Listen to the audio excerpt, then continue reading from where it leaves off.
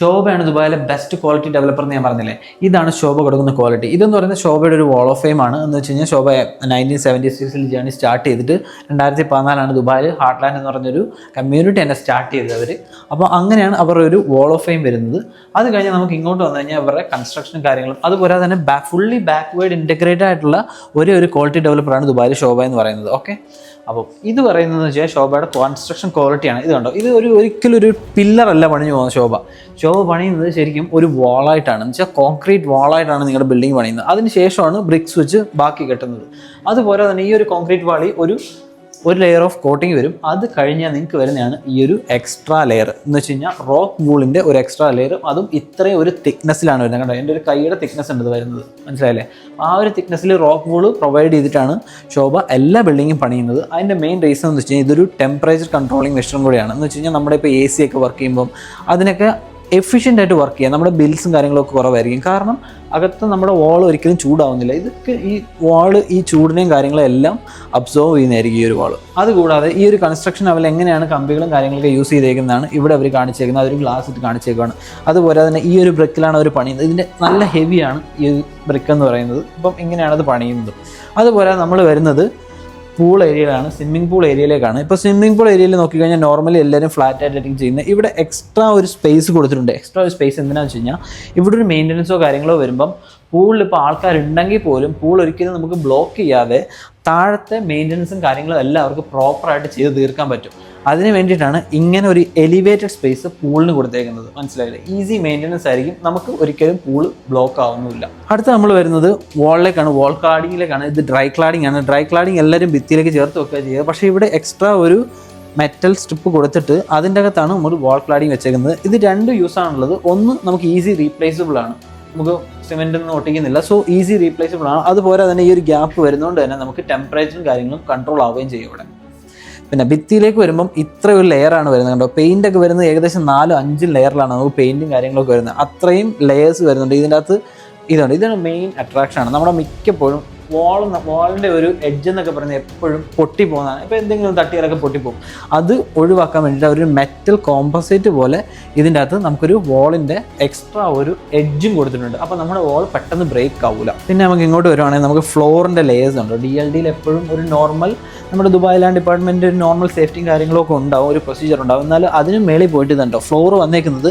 ഇവിടെ നോർമൽ ഇത് വന്നു, അത് കഴിഞ്ഞ് നമുക്ക് അക്വസ്റ്റേഷൻ ലെയർ വന്നു, സൗണ്ട് പ്രൂഫിംഗ് ലെയർ വന്നു, അത് കഴിഞ്ഞിട്ട് നോർമൽ വേറൊരു ലെയർ വന്നു, അതിന് മേളിലൊരു ലെയർ, അതും ഒരു ലെയറായിട്ടാണ്. ടൈലിനടിയിലിരിക്കുന്ന ആ ഒരു മിക്സ്ചർ പോലും അവർ ലെയറായിട്ടാണ് ചെയ്തിട്ടാണ് അതിൻ്റെ വണ്ടിയിൽ ടൈൽ വെക്കുന്നത്. ഒരിക്കലും ടൈലിൽ കുറച്ച് പറ്റിച്ച് വെച്ചിട്ട് ഇങ്ങനെ ആക്കുമല്ലോ. അതുകൊണ്ട് തന്നെ നമ്മുടെ ഇപ്പോൾ എന്തെങ്കിലും ഒരു ഹെവി ആയിട്ടുള്ള മെറ്റൽ വല്ലതും വന്ന് ടൈലിൽ വീണാൽ പോലും ടൈൽ പെട്ടെന്ന് ബ്രേക്ക് ആവില്ല. കാരണം അതിൻ്റെ ഇടയിൽ ഒരു വേക്കൻറ്റ് സ്പേസ് ഇല്ല, അവർ ലെയറാണ് അത് കൺസിഡർ ചെയ്യുന്നത്. ഇതാണ് നമ്മുടെ കിച്ചൺ വരുന്നത്. കിച്ചൻ്റെ സീലിംഗ് കാര്യങ്ങളും വരുന്നത് ഇങ്ങനെയാണ്, ഇത്രയും ഒരു ഹൈറ്റിലാണ് വരുന്നത്. അതുപോലെ തന്നെ കിച്ചനകത്ത് നമുക്ക് റോക്ക് വൂളിൻ്റെ മറ്റൊരു മെറ്റീരിയൽ കാണാൻ പറ്റും. നോർമലി കബോർഡ് വെച്ച് തിരിച്ചേക്കുമല്ല കിച്ചൺ, അവിടെയും ഒരു ഹീറ്റ് അബ്സോർപ്ഷൻ എന്നുള്ള രീതിയിൽ ചെയ്തിട്ടുണ്ട് കിച്ചണിലും. നമുക്ക് ഇങ്ങോട്ട് വരുമ്പോൾ നമുക്ക് കാണാൻ പറ്റുന്നത് ഇതൊരു ഡ്രെയിനാണ്, നമ്മുടെ ബാത്റൂമിൻ്റെയൊക്കെ ഡ്രെയിനാണ് വരുന്നത്. ഇങ്ങോട്ട് വന്നാൽ നമുക്ക് നോക്കി കാണാം. ഇത് കണ്ടോ, ഇതൊരു 4 ട്രാപ്പ് ഡ്രെയിനാണ് വരുന്നത്. എന്ന് വെച്ചാൽ 4 ട്രാപ്പാണ് വരുന്നത്. അതിനകത്ത് 4 വേ ട്രാപ്പാണ് വരുന്നത്. എന്ന് വെച്ച് കഴിഞ്ഞാൽ അതിൻ്റെ ഒരു ഫോൾ സ്മെല്ലും കാര്യങ്ങളൊക്കെ മുകളിലേക്ക് വരാത്ത രീതിയിലാണ് ഇത് ഡിസൈൻ ചെയ്തേക്കുന്നത്. എന്ന് വെച്ചാൽ നമുക്കൊരു പിന്നെ കുറച്ച് സമയം കഴിയുമ്പോഴത്തേക്കും ആ ഫോൾ സ്മെല്ലൊന്നും മേലേക്ക് കയറി വരില്ല.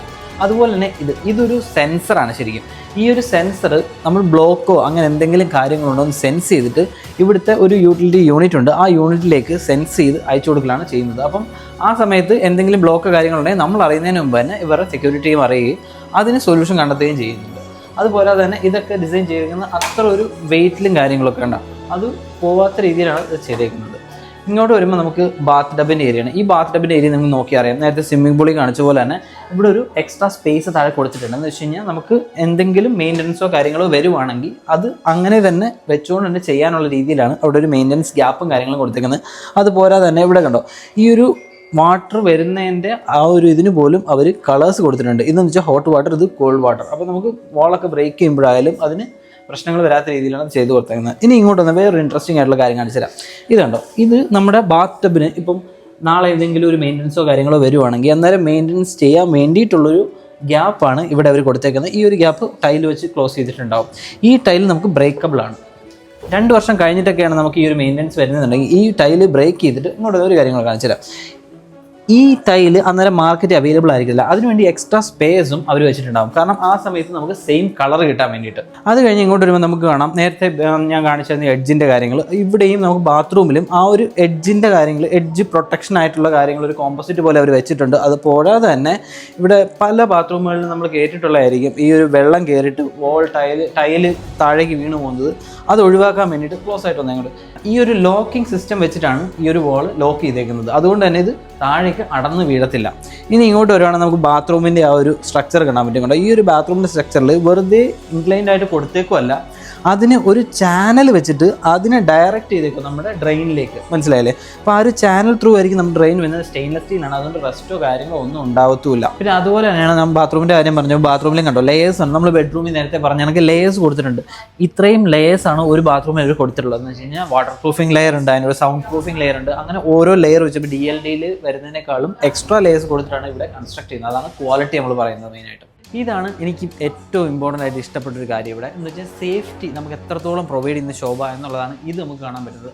ഫസ്റ്റ് ഇതിൽ വരുന്നത് വെച്ച് കഴിഞ്ഞാൽ ഈ കോളിംഗ് ബെല്ലാണ്. കോളിംഗ് ബെൽ അമർത്തി കഴിഞ്ഞാൽ നമുക്ക് അവിടെ പോയി കഴിഞ്ഞാൽ അറിയാൻ പറ്റും. കേട്ടോ, എന്നെ അവിടെ കാണാൻ പറ്റുന്നുണ്ടാവും.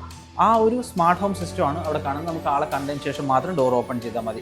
അതുപോലെ തന്നെ ഇങ്ങോട്ട് നോക്കുവാണെങ്കിൽ നമുക്ക് കാണാൻ പറ്റും, ഞാൻ നേരത്തെ പറഞ്ഞില്ലേ ഒരു ഡ്രെയിൻ വാൽവിൽ സെൻസർ ഉണ്ടെന്ന്. ആ സെൻസറെല്ലാം ഇവിടേക്കാണ് വരുന്നത്. ഇവിടേക്ക് സെൻസ് ചെയ്തിട്ട് ഏത് ബിൽഡിങ്ങിൽ എന്ത് പ്രോബ്ലം ആണുള്ള എല്ലാ കാര്യങ്ങളും അവിടെ ഉള്ള സെക്യൂരിറ്റി ടീമിന് അറിയാൻ പറ്റും. നമ്മൾ അറിയുന്നതിന് മുമ്പേ അവർ നമ്മുടെ അപ്പാർട്ട്മെൻറ്റിൽ എന്തൊക്കെ പ്രശ്നങ്ങളാണ്, ഗ്യാസ് ലീക്ക് ആയിക്കോട്ടെ, ഡ്രെയിൻ ആയിക്കോട്ടെ, എന്ത് പ്രശ്നമാണെങ്കിലും, ഫയർ ആയിക്കോട്ടെ, എന്ത് പ്രശ്നമാണെങ്കിലും അവർ നമ്മളെക്കാളും മുമ്പേ അറിയുകയും അതിനുള്ള ആക്ഷൻ എടുക്കുകയും ചെയ്യും.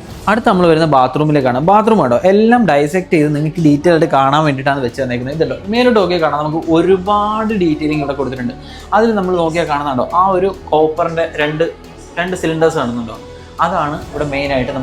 നമുക്ക് ദുബായിൽ നോക്കുകയാണെങ്കിൽ ഇപ്പം സമ്മർ സീസണാണ്. സമ്മർ സീസൺ നമ്മൾ ഏത് പൈപ്പ് തുറന്നാലും ചൂടുവെള്ളമായിരിക്കും വരുന്നത്. ശോഭയിൽ അങ്ങനെ ആയിരിക്കില്ല.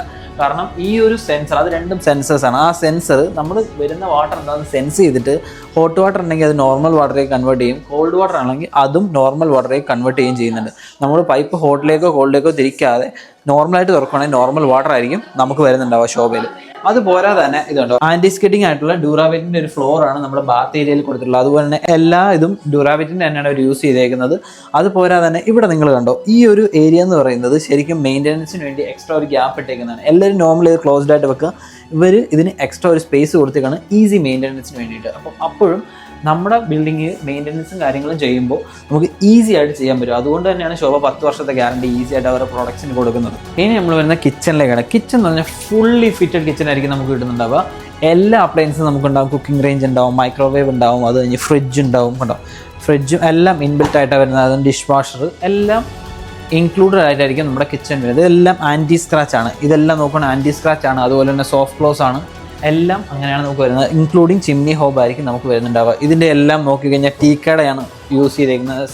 സാഫ്രോൺ എന്ന് പറഞ്ഞിട്ട് ശോഭയുടെ തന്നെ സിസ്റ്റർ ബ്രാൻഡ് ആയിട്ടുള്ള കമ്പനിയാണ്. അതൊക്കെയാണ് ഇവിടെ യൂസ് ചെയ്തേക്കുന്നത്. അതുകൊണ്ട് തന്നെ ഫുള്ളി ക്വാളിറ്റി ആയിട്ടുള്ള ഫുള്ളി ഫിറ്റഡ് കിച്ചണാണ് നമുക്കിവിടെ കിട്ടുന്നത്. അതുകൂടാതെ തന്നെ നമുക്ക് കബോർഡ്സിലേക്ക് വരാം. ഇതുണ്ടോ കബോർഡ്സിലേക്ക് വരുമ്പോൾ ക്ലോസ് ആയിട്ട് വന്ന് കബോർഡ്സിലേക്ക് വരുമ്പോഴത്തേന് ഇങ്ങനെ ഒരു കബോർഡ് ആയിരിക്കും നോർമലി എല്ലാ ഡെവലപ്പേഴ്സും പ്രൊവൈഡ് ചെയ്യുന്നത്. പക്ഷേ ശോഭയുടെ വരുമ്പോൾ ഇതുണ്ടോ ഈ ഒരു ഡിഫറൻസ് കാണിക്കാൻ വേണ്ടി ഇവിടെ ഒരു പീസ് കൊടുത്തിട്ടുണ്ട്. കണ്ടോ, ഇങ്ങനത്തെ ആയിരിക്കും ശോഭയുടെ എല്ലാ ക്വാളിറ്റികളും വരുന്നത്. അതാണ് നിങ്ങൾക്ക് ഇവിടെ കാണാൻ പറ്റുന്നത്. അതും സോഫ്റ്റ് ക്ലോസ് ആണ്. കണ്ടോ, എല്ലാം സോഫ്റ്റ് ക്ലോസ് കസ്റ്റമേഴ്സിന് എങ്ങനെ ചെയ്യാമെന്നുള്ള രീതിയിൽ എല്ലാം സോഫ്റ്റ് ക്ലോസ് ആയിട്ടാണ് അവർ കൊടുത്തേക്കുന്നത്. ഇനി ഇങ്ങോട്ട് നോക്കുവാണെങ്കിൽ നിങ്ങൾക്ക് കാണാൻ പറ്റിയതുണ്ടോ ശോഭയുടെ എങ്ങനെയാണ് ഇവർ ബിഫോർ ടൈം ഹാൻഡ് ഓവർ ആണ് ശോഭയ്ക്ക് മിക്കവാറും സംഭവിക്കുന്നത്. ഒരു പ്രോപ്പർട്ടി ഒരു ഓൺ ടൈം ഹാൻഡ് ഓവർ അല്ല, ബിഫോർ ടൈം ഹാൻഡ് ഓവർ ആണ്. അതിൽ മെയിൻ ഒരു ഫാക്ടറാണിത്. ശോഭയുടെ റാസൽ കൈമയിലുള്ള ഫാക്ടറിയാണിത്. ഈ ഫാക്ടറിയിലാണ് ഇവർ മിക്ക പൗഡർ റൂമുകളും അതുപോലെ തന്നെ ബാത്റൂംസും നിർമ്മിക്കുന്നത്. അവിടെ തന്നെ മാനുഫാക്ചർ ചെയ്തിട്ട് അവരിവിടെ കൊണ്ടുവന്ന് ഫിറ്റ് ചെയ്യുകയാണ് ചെയ്യുന്നത്. അപ്പം അത്രയും ഒരു നമുക്കറിയാം ഒരു ബാത്റൂം എന്ന് പറയുമ്പോൾ എപ്പോഴും ഒരുപാട് സമയം ചിലവഴിക്കേണ്ട കാര്യമാണ്. അത് അവിടെ ചെയ്ത് ആ ടൈം സേവ് ചെയ്ത് നേരെ ഇങ്ങോട്ട് കൊണ്ട് ഫിറ്റ് ചെയ്യുക ചെയ്യുന്നത്. അതുകൊണ്ട് തന്നെ നമുക്ക് ഒരുപാട് സമയം സേവ് ചെയ്യാനും പറ്റും.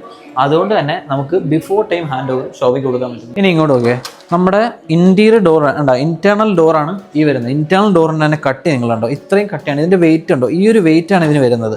അതുപോലെ തന്നെ ഇത് ശോഭയുടെ ഫാക്ടറിയിൽ തന്നെ ഏകദേശം 1 മില്യൺ ടൈംസ് റോബോട്ടിനെ കൊണ്ട് ചെക്ക് ചെയ്യിച്ചതാണ്. ഓൾറെഡി ഈ ഒരു എക്സ്പീരിയൻസ് സ്റ്റുഡിയോ പണിഞ്ഞിട്ട് 3 വർഷമായി. ഇപ്പോൾ ഇത് ഓൾറെഡി 1 മില്യൺ മേളിലൊക്കെ എന്തായാലും പോയിട്ടുണ്ടാവും. അപ്പോൾ അങ്ങനെയാണ് ഇതിൻ്റെ ഒരു ക്വാളിറ്റി വരുന്നത്. ഇതാണ് നമ്മുടെ മെയിൻ ഡോർ വരുന്നത്. മെയിൻ ഡോർ ഉണ്ടോ, ഈ ഒരു തിക്നെസ്സിലാണ് നമുക്ക് മെയിൻ ഡോർ വരുന്നത്. അത് ഡയസെക്ട് ചെയ്ത് കാണിച്ചേക്കാണ്. ഈ ഒരു തിക്നെസ്സിലാണ് നമ്മുടെ മെയിൻ ഡോർ വരുന്നത്. അതും നല്ല ഹെവിയാണ്. ഇനി ബാൽക്കണി നോക്കുമ്പോൾ നമുക്ക് കാണാം ഇവിടെയും എക്സ്ട്രാ ലെയേഴ്സും കാര്യങ്ങളൊക്കെ കൊടുത്തുകൊണ്ട് തന്നെയാണ് ശോഭ പണിഞ്ഞേക്കുന്നത്. സൗണ്ട് പ്രൂഫ് ഉണ്ട്, വാട്ടർ പ്രൂഫ് ഉണ്ട്, എല്ലാം ഇവിടെയും കൊടുത്തിട്ടുണ്ട് ലെയേഴ്സ് എക്സ്ട്രാ. അതുപോലെ തന്നെ ഈ ഒരു ട്രാപ്പ് ആയാലും നമുക്ക് ഈസി ആയിട്ട് ക്ലീൻ ചെയ്യുന്ന രീതിയിലൊക്കെ ഇളക്കി ചെയ്യാവുന്ന രീതിയിലാണ് ചെയ്തേക്കുന്നത്. അതുപോരാതെ നമുക്കിപ്പോൾ ഇങ്ങോട്ട് വരുവാണെങ്കിൽ ഇതുണ്ട്, ഡബിൾ ഗേജ്ഡ് ഗ്ലാസ് ആണ്. അതുകൊണ്ട് തന്നെ നമുക്ക് ടെമ്പറേച്ചർ ആയാലും അതിൻ്റെ പ്രശ്നങ്ങൾ ഒന്നും വരാത്ത രീതി ഡബിൾ ഗ്ലേസ് ഗ്ലാസ് ആണ് കൊടുത്തേക്കുന്നത്. ഇങ്ങനെയായിരിക്കും ആ ലെയേഴ്സ് വരുന്നുണ്ടോ, ഇതാണ് ലെയേഴ്സ് വരുന്നത്. ഓരോ ലെയേഴ്സ്, ഈ ഒരു കോൺക്രീറ്റ് ലെയർ കഴിഞ്ഞ് കഴിഞ്ഞാൽ പിന്നെ അതിനകത്ത് എക്സ്ട്രാ സൗണ്ട് പ്രൂഫ്, അക്വസ്റ്റീഷ്യൻ ലെയർ, ആ ലെയർ കഴിഞ്ഞ് പിന്നെയും കൺസ്ട്രക്ഷൻ, പിന്നെ ടൈല് വരുന്നത് ആണ്. ഇനി ഇതെന്ന് പറയുന്നത് നമ്മുടെ ബാൽക്കണിയുടെ ഡോറാണ്. ഇതെന്ന് പറയുന്നത് ബാൽക്കണിയിൽ നിന്ന് നമുക്ക് ഈ ഒരു ഡോർ ലോക്ക് ചെയ്ത് കഴിഞ്ഞ് കഴിഞ്ഞാൽ ഇത് റബ്ബർ ലോക്കാണ് വരുന്നത്. റബ്ബർ ലോക്ക് വരുമ്പോഴത്തേന് തന്നെ ബാൽക്കണിയിൽ നിന്ന് നമ്മൾ പുറത്തുനിന്ന് ഒരു സൗണ്ട് അകത്തേക്ക് കയറില്ല. സൗണ്ട് പ്രൂഫാണ്. അതുപോലെ തന്നെ ഡബിൾ ഗ്ലേസ് ഗ്ലാസ് ആണ് വരുന്നത്. അതുകൊണ്ട് തന്നെ നമുക്ക് ടെമ്പറേച്ചറും കൺട്രോൾ ആയിട്ടായിരിക്കും വരുന്നത്. ഇങ്ങനെയും വരുന്നുണ്ട് ഡോർ. അതുപോലെ തന്നെ ഹിഞ്ച് ഡോറും വരുന്നുണ്ട്. ഇതാണ് ഹിഞ്ച് ഡോർ വരുന്നത്.